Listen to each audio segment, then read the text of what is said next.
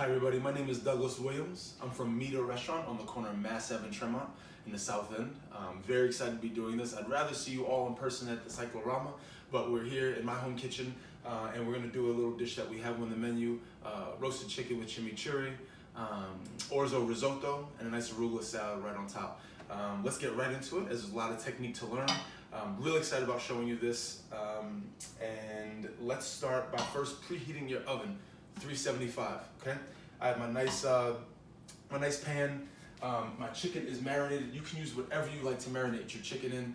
Italian dressing, just a little bit of olive oil and herbs. I've got my house chimichurri here. I have the recipe on the link. Feel free to use that. Really, just anything you like, or you can just keep it plain if you don't want to add any oil or any extra flavoring. But either way, I think marination is the best. And let's get started. So first, I'm going to preheat my pan as high as I can, okay? And I like to start it in a cold pan, so olive oil, okay? A little butter, and a lot of butter, okay? So this butter is not actually gonna be ingested, it's just for roasting purposes, just for heating purposes, to gain flavor, to get the browning on the chicken. And another thing you want to do is we're going to need a nice spoon to be basting. This is a normal teaspoon that we use at our home. This is the size of spoon you want to use to baste. A slightly larger picks up more fat, baste the chicken properly. So if you have a larger serving spoon, not too big, but something that you can hold with one hand and maneuver pretty well is what you want to try to go with. So I'm going to wait for this butter to start to react in the pan. Okay. I'll grab a glove. All right. Also, in the meantime, while you're doing this, if you're at home, I pre-blanched some orzo. So orzo is just a small cut dyed pasta that honestly, making ahead of time makes life way easier. If you cook it from raw while you're trying to cook a big meal, it can create it's an extra task. If you have a few minutes beforehand, it only takes about 6 minutes to blanch. A little salt in the water, pull it out, toss it in olive oil, lay it on a flat sheet pan and let it cool at room temperature. And you can repackage it and put it into portions or just in a similar container and you're fine to go. And then all you have to do is just reheat it in a little bit of water, a little salt, and you've got a dish ready to go. Okay, so now as this butter starts to react, would you mind coming in? And start to see how this butter starts to melt. The reason why I like to start it in a cold pan is so I have control over the fat. If I just throw it into a hot pan, the butter starts to brown a little too quickly, and I start to lose control of the heat. Butter is made up essentially of 3 parts. It's water, milk solids, and milk fat.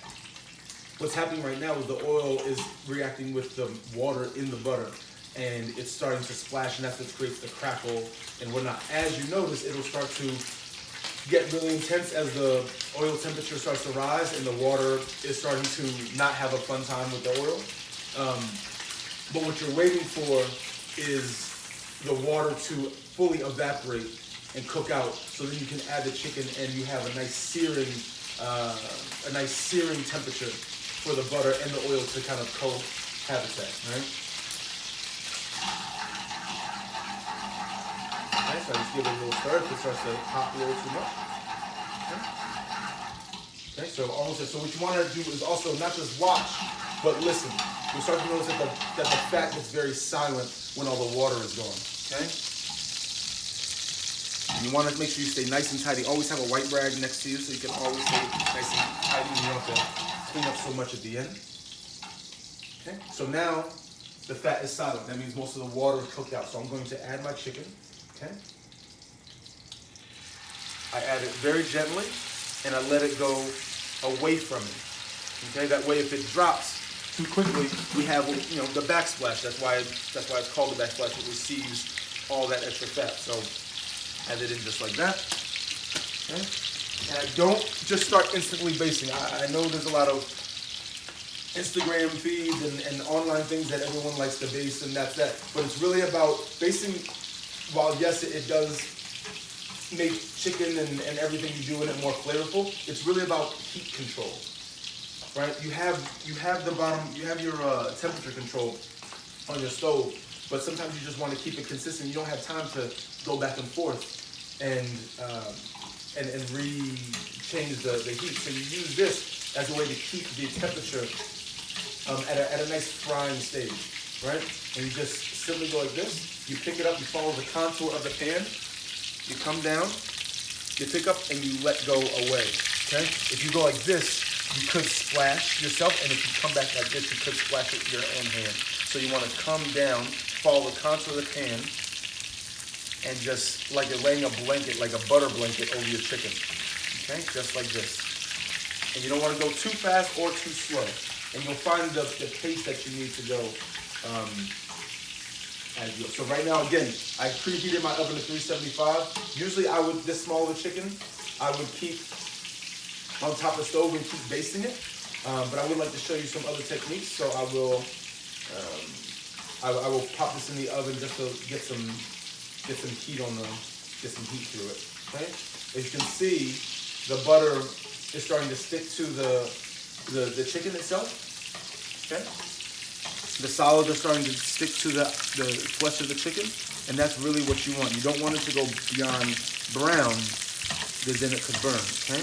And like I said, it's not about going fast, not about being super, super quick on this. It's just about getting your own comfort level with such hot fat, right? You have to remember that this is very, very hot fat, but you have to be in control. Follow the contour of the pan, come out and baste, okay? And you'll start to notice that the bottom starts to get a little more brown, very slowly, right? Just very slowly. And you'll start to notice when I pick that up again, that it's quite different. It's rendered, it's beautifully browned, it gets crispier as we go, okay? So again, I'm just following the contour of the pan, okay? And all those brown butter solids that I talked about before are starting to stick to the chicken, and they create flavor, and they create development of flavor. It's caramelizing the heat of the fat is caramelizing the marinade, the Dijon mustard that I put in my marinade. It's caramelizing the herbs, okay? The vinegar is reacting with the butter, creating something really lovely, okay? Again, it's not about going fast. If you want to go fast, you have to increase the heat on the bottom because you're adding cold air every time you baste. Okay? Okay, you see what that's doing? Frying on the top, pushing heat to the bottom.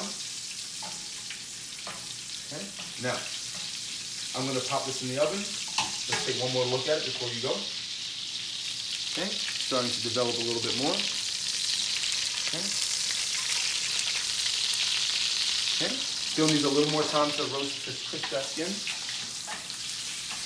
Okay? There we go.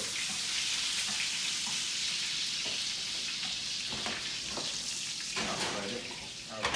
So now we've got that roasting. That'll take about 7 minutes or so. Not very long. Okay, just clean up. Now, let's do some orzo while we have a moment. Okay, so I have just a little bit of what we call Parmesan stock. We take our Parmesan rinds.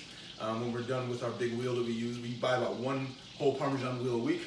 And we take all those rinds off and we steep it in water. We cook it overnight in water and we drain it out and we get this beautiful Parmesan broth. That's obviously vegetarian, but also just extremely yummy and delicious. And we use that in almost everything that we do to complement the flavors that we use anyway. So I'm just gonna add a little bit of pepper mix. This is both pink peppercorn and black peppercorn. A little pepper, decent amount of salt, okay? Even a little bit of olive oil just to help emulsification, all right? And let that come to a boil, okay? There we go.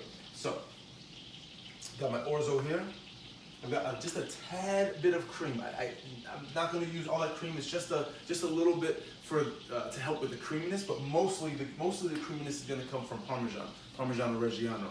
I'm going to again treat it like risotto. A little bit of liquid, a dash of cream, and emulsify with Parmesan, and it creates this really nice texture and creaminess that I just goes super well with the chicken. and I think you'll really enjoy it. But feel free to not use the cream. Absolutely not necessary, especially if you're in summertime. But I just really, really enjoy it, and we get this really amazing cream from these lovely Jersey cows. So now, as it starts to steam, I'll add my orzo. Okay, there you go. Okay, I'll add a dash of the cream, just a little bit of dash. That's it, just a tad. All right. A little bit of lemon, a couple drops.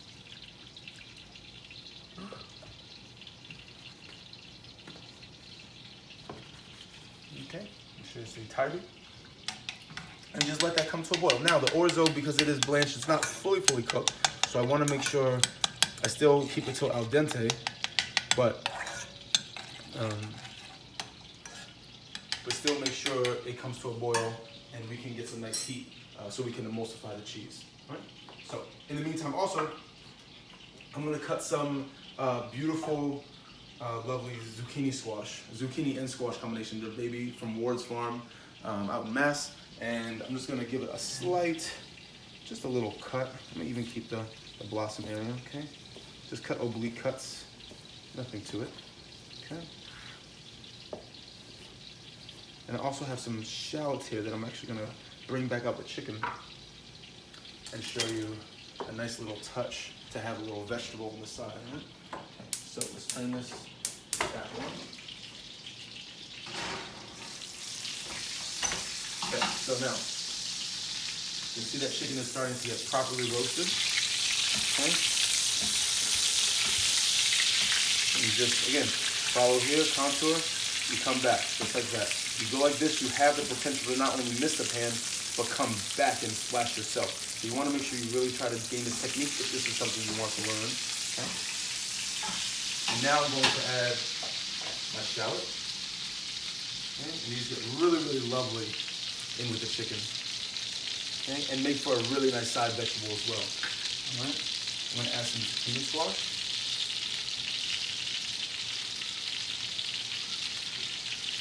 Okay, lovely. Season those ever so lightly.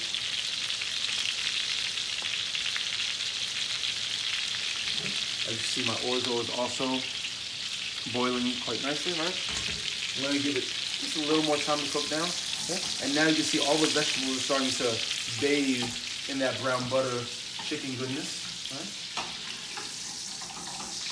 And you can even start to baste it while they're in. And if a piece of vegetable gets on top of the chicken and perches up, that's okay. Because you're still cooking it evenly. Okay? Just like that. Okay, there we go. And if you want to throw in herbs right now, if you want to some oregano, some rosemary, bay leaf, some fresh bay leaf, whatever you got, or you can just let it be as it is and let it keep going. So keep, check it, see how they're starting to get better color, okay? Okay, there you go. Okay. And the vegetables start to pick up all the little chicken bits, all the brown butter bits, okay? Alright. Okay, so now I'm going to toss that back in the oven. Okay, make sure you keep tidy. Alright, so now our orzo is pretty much there. It's got just a little bit of liquid, but not too much.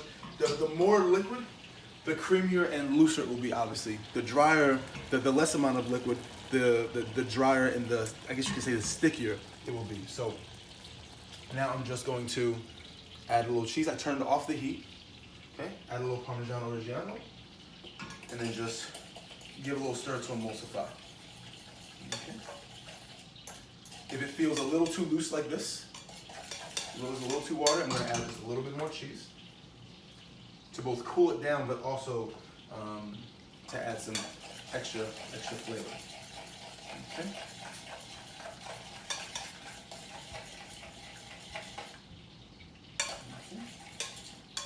Here you go.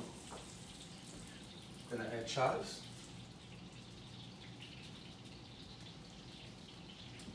Stir that.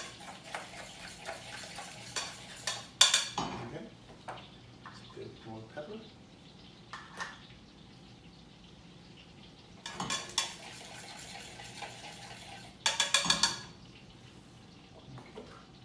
also I'll be preparing my my arugula. So I'm gonna grab a small bowl.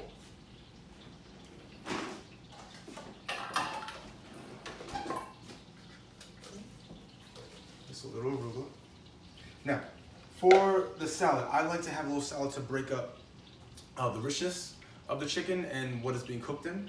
So a nice bright acidic salad, you can simply just do red wine vinegar, balsamic vinegar, and a little oil, salt, pepper, or just not have any oil whatsoever. But I like zingier type of richer vinaigrette, so I have a combination of a little honey, a little mustard, and a little sherry vinegar. I combine that, and it creates this really unctuous and deep, flavorful liquid vinaigrette that I think goes really, really nice, okay, with this chicken. Okay, a little salt, pepper. Okay.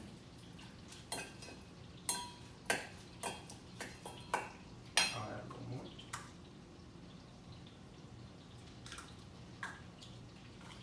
And because this chicken is boneless, if you go to your butcher, you can ask for your chicken to be boneless.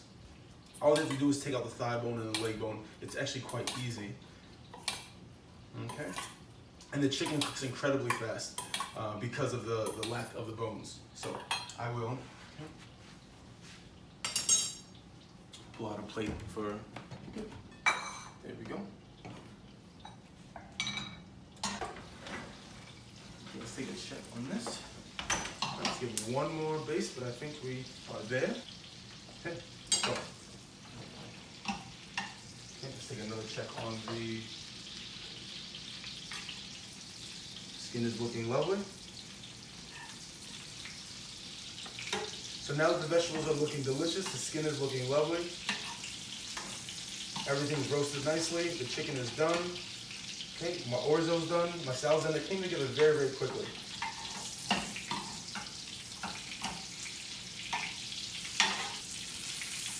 Okay, put them on a separate tray.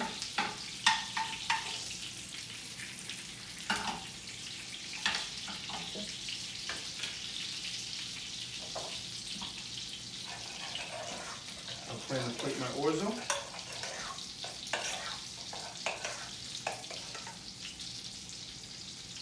Okay.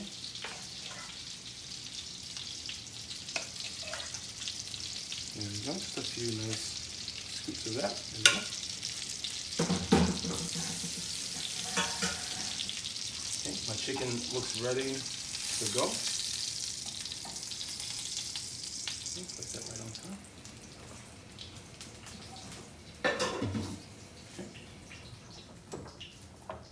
Now, I usually like to switch it up. Sometimes I'll put my vegetables in my orzo, or sometimes I'll put the vegetables in the salad. This time I think I'll put my vegetables in the salad.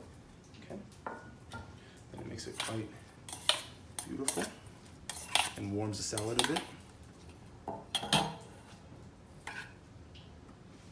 Just put that right on top, just like that. Okay, you got a nice chicken, summer vegetables, nice arugula salad. Okay, eat this on the deck or the patio, or come to MIDA, either way. But recipe is in the link. We'd love to have you. Hope you enjoy. And that's our roasted chicken with orzo risotto. Thank you.